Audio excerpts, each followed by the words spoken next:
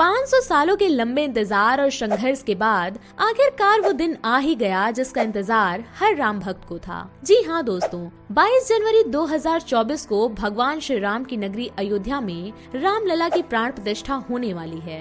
ये एक ऐसा ऐतिहासिक दिन होगा जिसके पीछे न जाने कितनी पीढ़ियां खत्म हो गयीं। एक ऐसा दिन जिसे देखने के लिए न जाने कितने मासूमों ने अपनी जान गंवा दी। मगर आज भी कई लोग इस मंदिर के असल इतिहास, इससे जुड़े विवाद से लेकर विध्वंस और मंदिर निर्माण की राह में आई अहम चुनौतियों से वाकिफ नहीं हैं। तो चलिए जानते हैं इस वीडियो के जरिए कि आखिर इस विवाद की नींव कब पड़ी और अब तक के इतिहास के पूरे 492 सालों के संघर्ष के बारे में। लेकिन ये जानने से पहले कि इस विवाद की शुरुआत कब हुई, ये जान लेते हैं कि श्री राम जन्मभूमि की स्थापना कब और किसने की थी। दोस्तों, कहा जाता है कि भगवान श्री राम के जल समाधि लेने के बाद अयोध्या कुछ समय के लिए उजाड़ सी हो गई थी, लेकिन उनकी जन्मभूमि पर बना महल वैसे का वैसा ही था। उसके बाद भगवान श्री राम के पुत्र कुश ने अयोध्या का पुनर्निर्माण कराया। इस निर्माण के बाद सूर्यवंश की अगली 44 पीढ़ियों तक इसका अस्तित्व आखिरी राजा महाराजा बृहद्रथ तक अपने चरम पर रहा।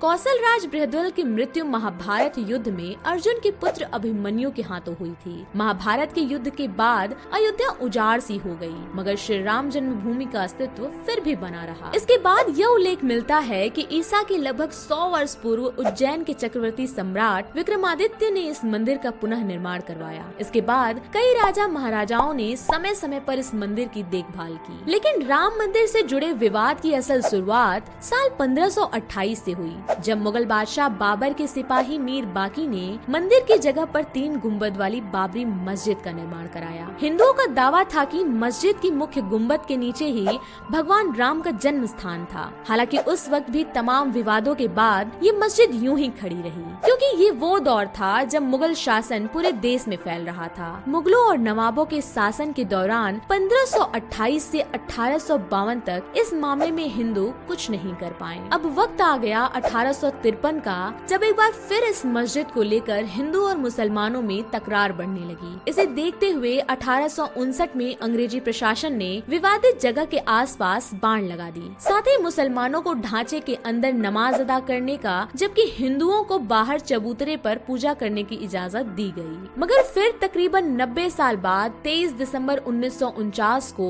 इस विवाद ने विकराल रूप धारण कर लिया, जब सुबह भगवान राम की मूर्ति मस्जिद में पाई गई। मुसलमानों का कहना था कि मूर्ति बीती रात चुपचाप मस्जिद में रखी गई है, जबकि हिंदुओं का मानना था कि यहाँ भगवान श्री राम स्वयं प्रकट हुए हैं। अब ये मामला उत्तर प्रदेश सरकार के पास पहुँचा, जहाँ सरकार ने मस्जिद से मूर्ति हटाने का आदेश दिया। मगर तत्कालीन जिला मजिस्ट्रेट के नायर इस फैसले के पूरी तरह खिलाफ थे। लिहाजा मामले में दंगों और हिंदुओं की भावनाओं के भड़कने के डर से सरकार ने इसे विवादित ढांचा करार देते हुए यहाँ ताला लगवा दिया। अब ये मामला न सिर्फ राज्य बल्कि देश भर में सुर्खियां बटोर रहा था। वो साल था 1950 का, जब मंदिर मस्जिद विवाद का मामला फैजाबाद सिविल कोर्ट पहुँचा, जहाँ हिंदू पक्ष द्वारा 2 अर्जी दाखिल कर विवादित ढांचे पर भगवान राम की मूर्ति रखने और पूजा करने की इजाजत मांगी। इसी बीच निर्मोही अखाड़ा ने 1959 में तीसरी अर्जी दाखिल की। इसके जवाब में साल 1961 में यूपी सुन्नी वक्फ बोर्ड ने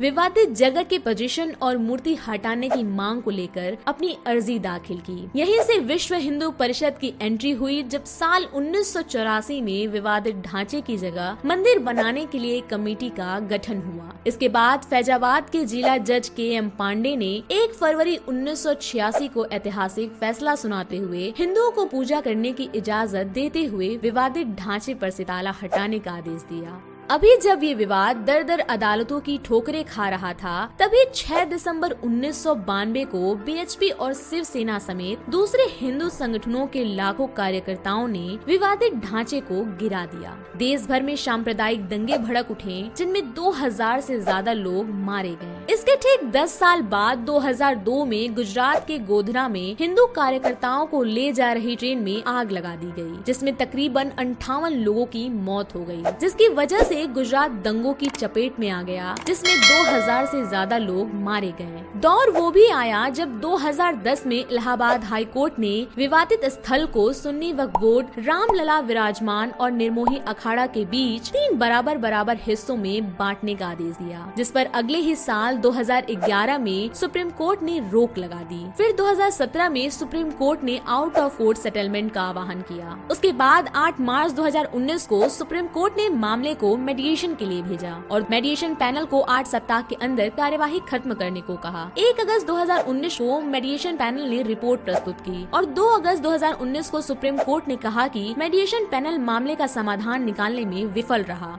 इसके बावजूद कोई नतीजा न निकलने पर सुप्रीम कोर्ट ने 6 अगस्त 2019 से अयोध्या मामले की रोजाना सुनवाई शुरू की। फिर 16 अक्टूबर 2019 को सुप्रीम कोर्ट ने इस मामले में अपना फैसला सुरक्षित रख लिया। फिर 9 नवंबर 2019 की ऐतिहासिक तारीख को सुप्रीम कोर्ट के 5 जजों की बेंच ने राम मंदिर के पक्ष में फैसला सुनाया, जिसमें 2.77 एकड़ विवादित जमीन हिंदू पक्ष को मिली। वहीं मस्जिद के लिए अलग से 5 एकड़ जमीन मुहैया कराने का आदेश दिया गया। उसके बाद तकरीबन 28 साल बाद 25 मार्च 2020 को रामलला टेंट से निकालकर फाइबर के मंदिर में शिफ्ट किए गए और आखिरकार वो वक्त आ ही गया जब 5 अगस्त 2020 को राम मंदिर का भूमि पूजन कार्यक्रम हुआ, जिसमें प्रधानमंत्री नरेंद्र मोदी, RSS सर संचालक मोहन भागवत, यूपी के CM योगी आदित्यनाथ और साधु संतों समेत 175 लोगों को न्योता दिया गया। और अब 22 जनवरी 2024 को इस जगह पर गर्भगृह में भगवान श्री राम जी की प्राण प्रतिष्ठा होने वाली है। इसी के साथ दशकों से चली आ रही लंबी कानूनी लड़ाई भी समाप्त हो गई और वो दिन आ ही गया जिसका इंतजार राम भक्त सदियों से कर रहे थे। दोस्तों, फिलहाल के लिए बस इतना ही। उम्मीद करती हूँ कि राम मंदिर के संघर्ष की पूरी कहानी आप तक पहुँची होगी। अगर आपको ये वीडियो सही लगी हो तो इस वीडियो को ज्यादा से ज्यादा लोगों को शेयर कीजिएगा और अभी तक हमारे चैनल को सब्सक्राइब नहीं किया है तो सब्सक्राइब जरूर कर लीजिएगा और कमेंट सेक्शन में जय श्री राम जरूर लिखेगा। मिलते हैं अगली वीडियो में।